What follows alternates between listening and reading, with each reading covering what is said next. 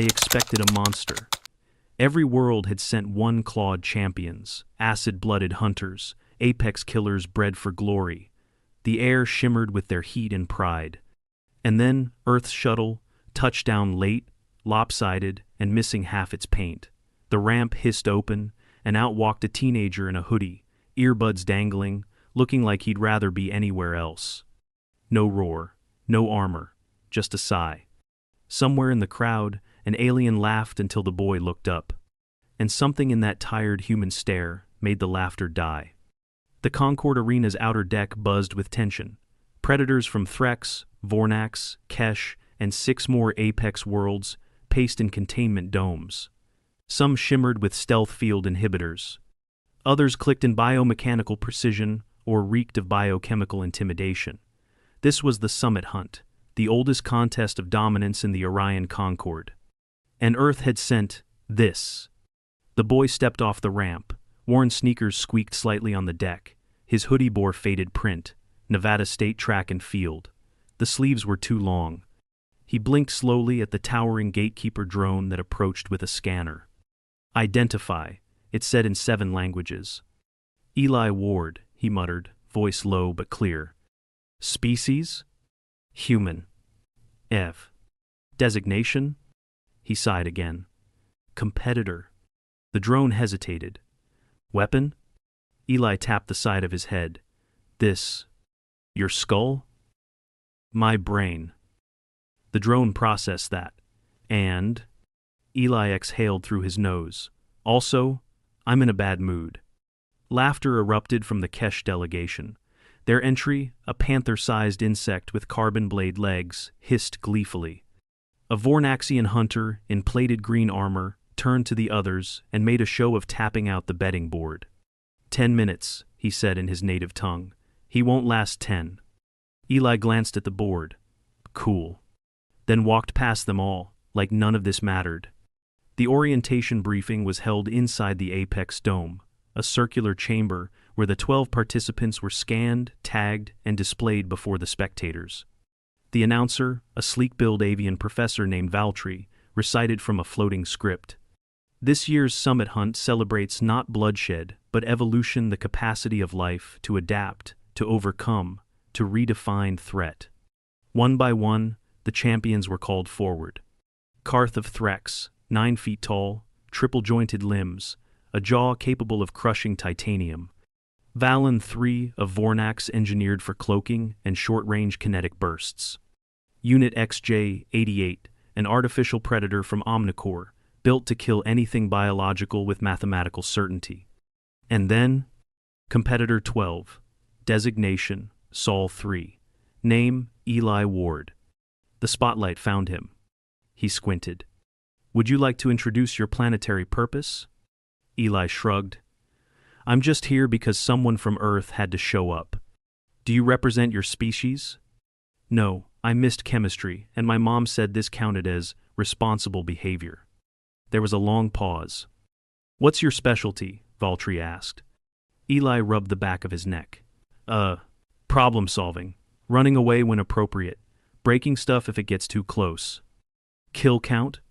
Eli raised an eyebrow. "What? Have you participated in prior competitive hunts?" "No. What do you hunt?" "Usually vending machines, when they eat my coins." The room did not laugh.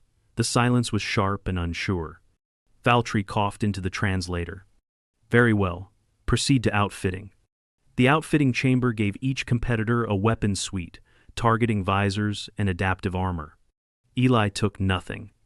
"Your kit is standard," the technician protested. "You're permitted 8 items." Eli opened his backpack.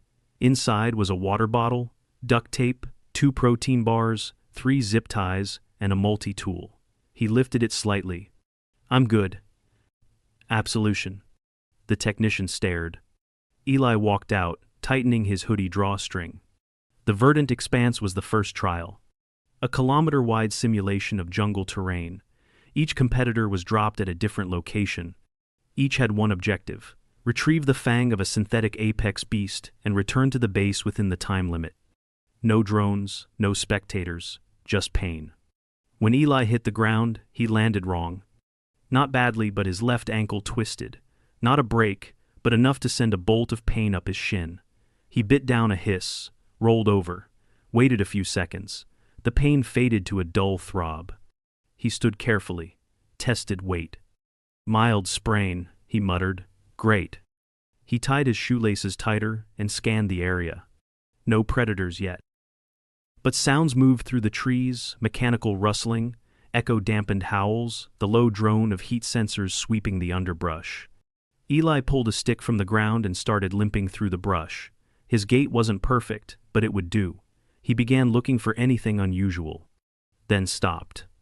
2 minutes in, he found a snare. Basic. A tripline made of root vine tensioned across a low ridge, designed to hoist the victim upside down. Eli crouched and traced it back to its anchor, found the trigger, disabled it. Then rearmed it with a twig extension, moved it 2 feet, and added a bait mark with crushed moss. 20 minutes later, a 4-legged shimmer beast from planet Enrin sprinted through the glade. The trap caught it mid-step. The audience, watching from the monitors above, gasped. The shimmer beast screeched in confusion, hanging by its leg, spinning. Eli stepped out of a tree shadow, whistled once, then waited. The beast slashed at the air wildly. Eli flung a rock. Missed on purpose. The beast stopped thrashing. Eli stepped forward, just enough for the beast to see him. No weapon, no armor. He crouched beside a log.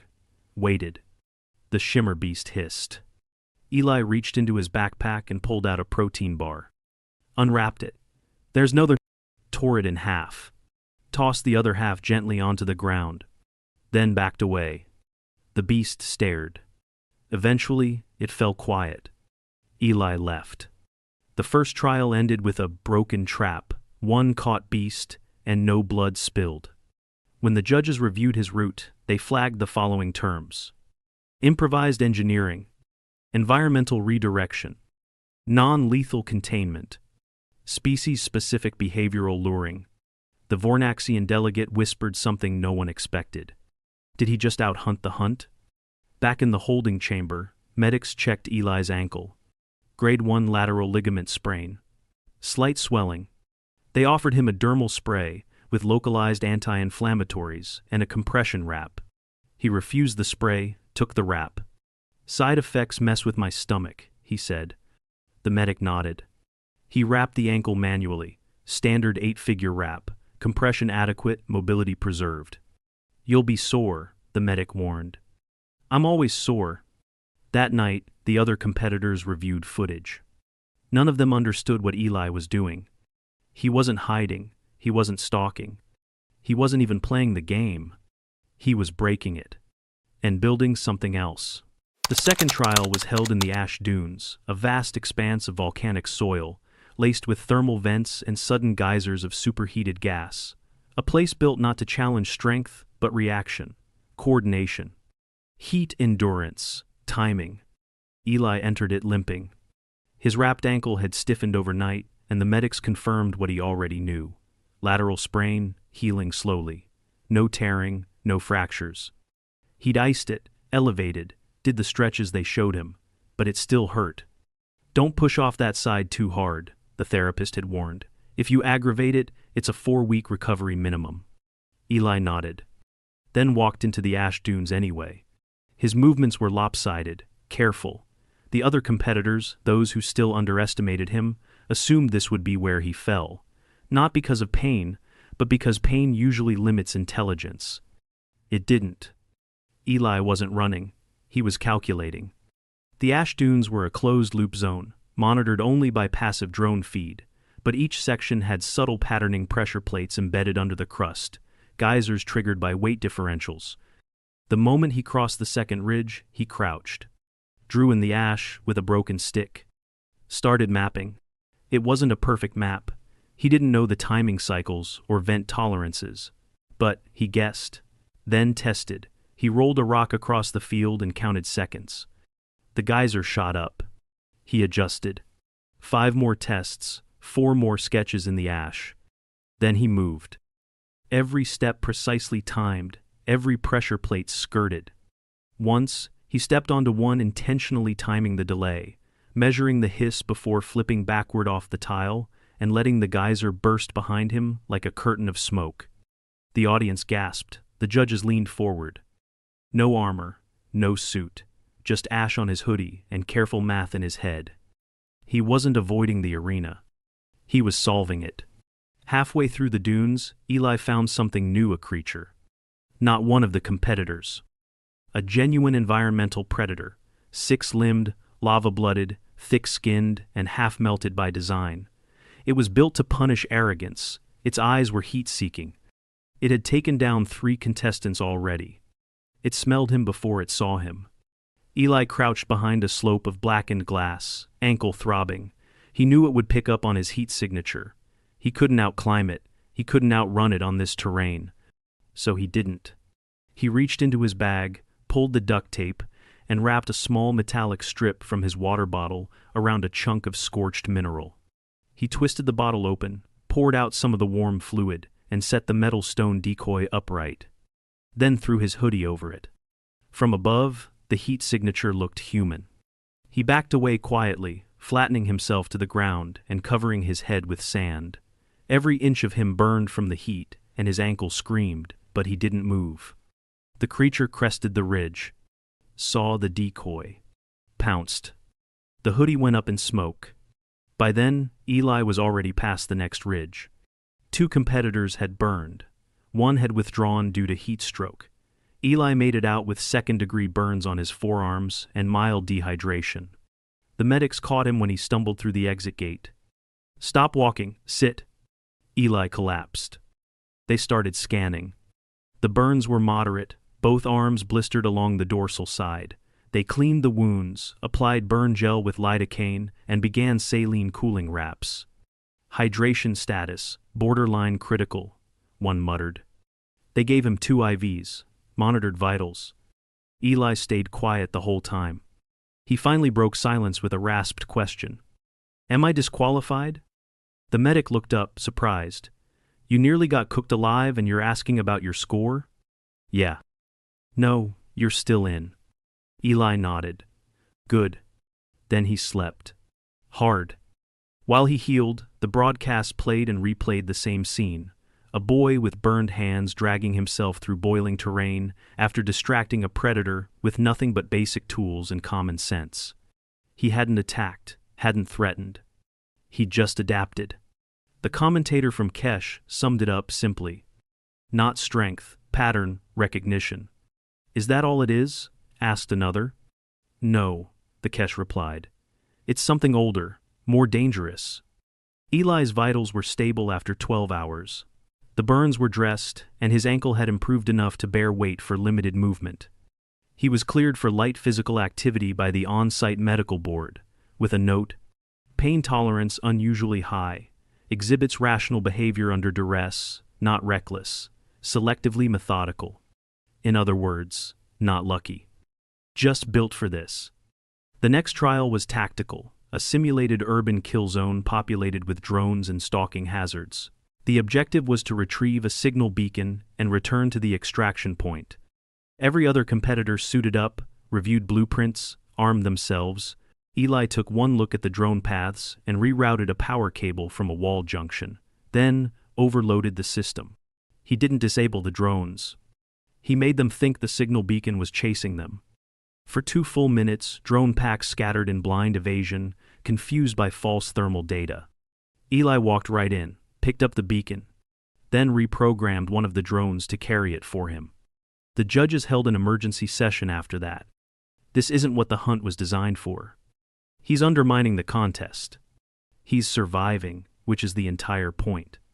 But he's not following protocol. Neither did the first species that left their atmosphere. Eli wasn't discussed as a competitor anymore. He was classified as a phenomenon. By the end of the day, one more competitor had dropped out with a dislocated shoulder and a deep laceration. Another failed to extract in time and was retrieved with hypothermic shock. Eli had bruises, sandburn, and lingering ache in his left ankle. But he walked into the recovery chamber, humming softly, sipping electrolyte water through a cracked straw. "Any injuries we missed?" the nurse asked. Not the kind you treat here. She nodded. Mental fatigue? He smiled weakly. I'm 17, that's just normal. She didn't understand. But she wrote stable on his chart anyway. By then, the betting boards had shifted. No one gave Eli a timer anymore. They gave him odds to win. They gave him questions. They whispered words like anomaly, variable, non-standard actor. One of the council scientists, a historian from Vicari, requested permission to study human neurological evolution in real time. His request was denied, because Earth hadn't sent a predator. They'd sent an update. The fourth trial was the Dead Run Gauntlet. It had no terrain theme, no strategic layers. It was a straight line of moving obstacles, shifting walls, chemical fog, and live biohazards. It was designed to shred hesitation, punish overthinking, and reward instinct. It was not built for someone like Eli. He didn't sprint. He studied. The other competitors leapt into the course the moment the countdown finished, each relying on reflexes honed by generations of engineered survival. Razor-scaled limbs, sonic mapping, predictive synapse bursts. Eli stood still at the start line. A full 10 seconds passed before he moved. The commentators howled with confusion. He's frozen. Maybe the ankle's worse than we thought. But Eli was counting. Each obstacle moved on a pattern. Each trap had rhythm. He walked 5 steps, then ducked. A steel pillar tore through the air above him. He stepped again, then dropped to one knee. The floor beneath him jolted up with a kinetic spike. He let it carry him half a meter forward, then rolled and landed on his good leg. One of the medic observers whispered, "That can't be accident." It wasn't. He was using the arena's own aggression to move. 30 meters in, he reached a section where acid mist drifted from overhead vents. The competitors ahead had pushed through, relying on regenerative skin or chemical resistance. Eli paused, then reached into his backpack and pulled out the burn wrap from 2 days prior, still faintly damp with medicated gel. He tore it lengthwise, tied it across his nose and mouth, and soaked it with his canteen. Then waited for the mist to shift. It didn't. So he changed tactics. He picked up one of the arena's floor plates dislodged by a previous blast and wedged it under a ventilation outlet to redirect the draft. The mist shifted away. He walked through in 30 seconds, untouched. When he emerged, the crowd didn't cheer. They watched. Because by now, even the Apex worlds understood something. Eli wasn't just adapting to his environment. He was modifying it. Near the end of the gauntlet, the course changed. It always did. Each cycle, one final randomized threat was added unknown to the contestants, unknown even to the judges. This time, it was a gravitational inversion. As Eli reached the final stretch, the ceiling became the floor. He was flung upward. The Vornax competitor ahead of him hit the inverted floor and shattered his shoulder. Eli had 3 seconds to think. He didn't panic. He curled. Mid-air. He twisted his body to absorb the impact on his back and left thigh away from the healing ankle. He hit hard. Cracked a rib. He felt it a deep, sharp pull along the side of his torso. Not enough to puncture the lung, but definitely a fracture. He stayed still for half a breath, then breathed in slowly. Pain flared, not unbearable. But it would mean restricted motion, limited rotation, and difficulty crouching. He didn't flinch. He rolled to his feet, climbed down from the inverted chamber using the ventilation piping flipped manually, and crossed the finish line as medical sensors flashed red. The medics descended the moment he dropped.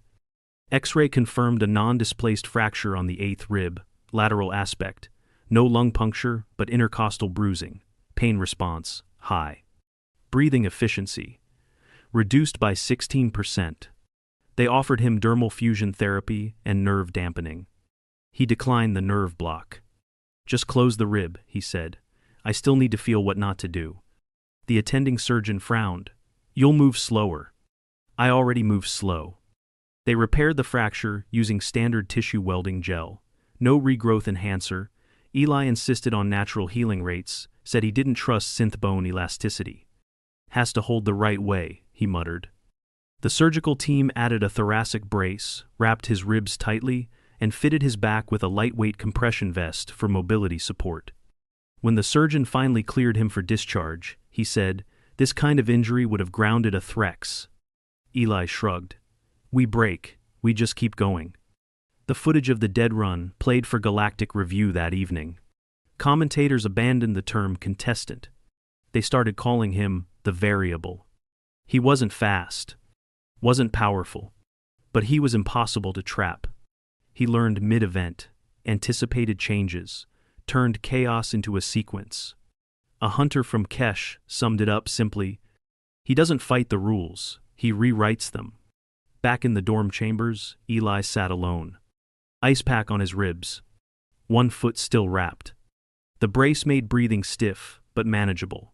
He was sipping protein gel through a straw when the Threx competitor, Karth, approached. Karth had never spoken to anyone before. He sat beside Eli and stared at the floor. "You do not dominate." Eli looked at him. Karth turned his heavy eyes. "You redirect." Eli exhaled through his nose. "I don't like hurting things."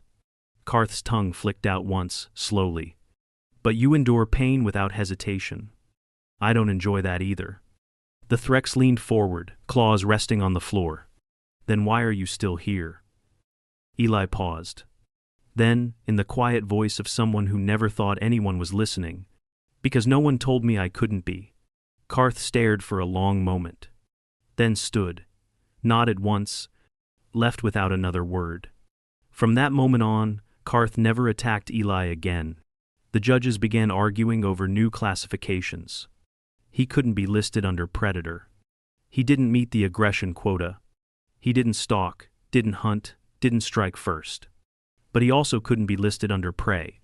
He didn't flee, didn't submit, didn't break. A new file was opened under the Orion Concord taxonomy database. Name, Ward, Eli. Origin, Sol 3. Classification, pending. Behavioral marker, adaptive interrupter. Status, observational priority. Beneath that, a note was appended. Displays human-specific behavioral anomaly.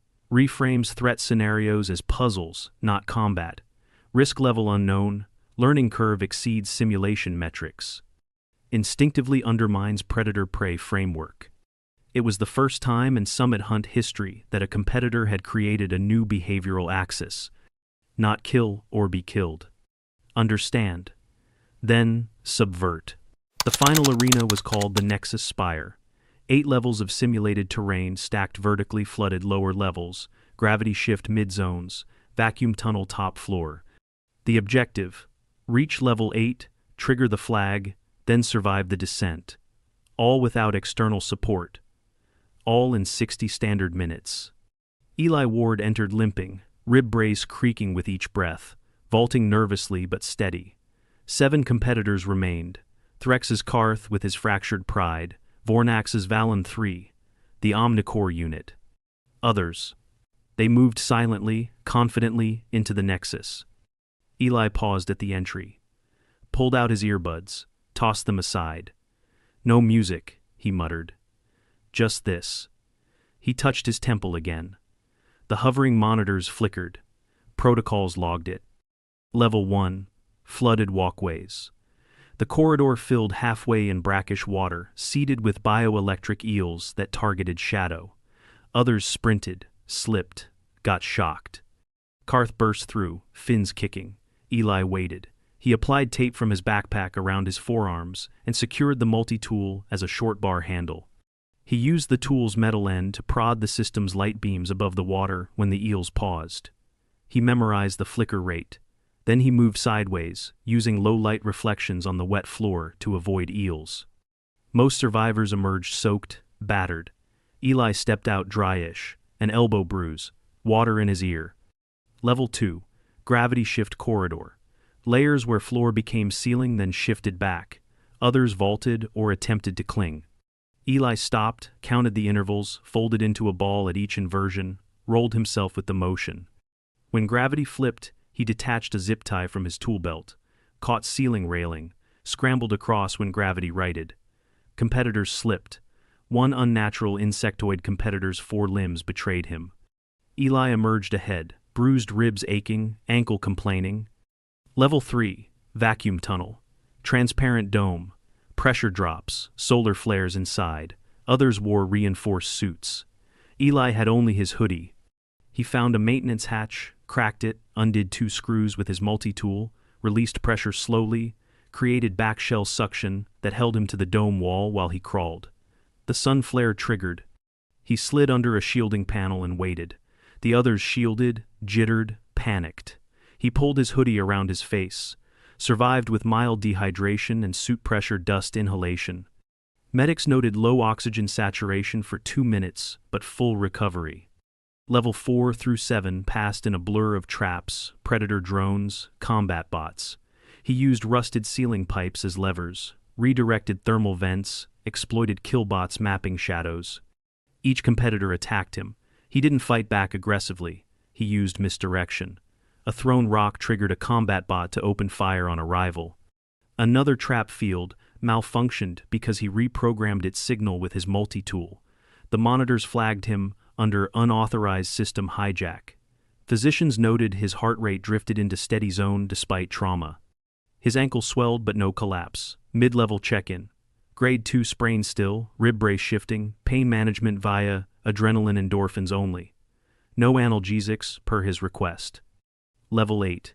The siege chamber. Final floor. A massive chamber filled with representatives of apex predators. The goal? Each competitor must face one of the Congress's chosen beasts. Others had brutal weapons. They charged forward. Karth roared. Valen 3 vanished with cloaking. Eli walked in, hands empty. On cue, his opponent was released. A cybernetic panther from Kesh. Jaws full of liquid metal blades. It lunged. Others fired. Eli sidestepped. He didn't shoot. He waited, studied. He caught the beast's motion. Then when it pounced, he rolled underneath, grabbed the metal tail, twisted. The beast yowled, mechanical veins tearing. Instead of killing, Eli whispered, "You don't have to do this." The beast shuddered, stopped, looked at Eli, and bowed, a recognition, not submission. The crowd gasped. Karth froze. Valen 3 paused for the first time. The panther retreated quietly, passive. The monitors froze. The scoreboard didn't list Eli as winner. Instead, status. Unclassified, evolution in progress in crimson. A new category. The Apex Council chairman rose. "Explain yourself." Eli tapped his temple again. "I said, I am the weapon." He smiled. "But weapons kill. I'm about change." Silence. Then applause hesitant.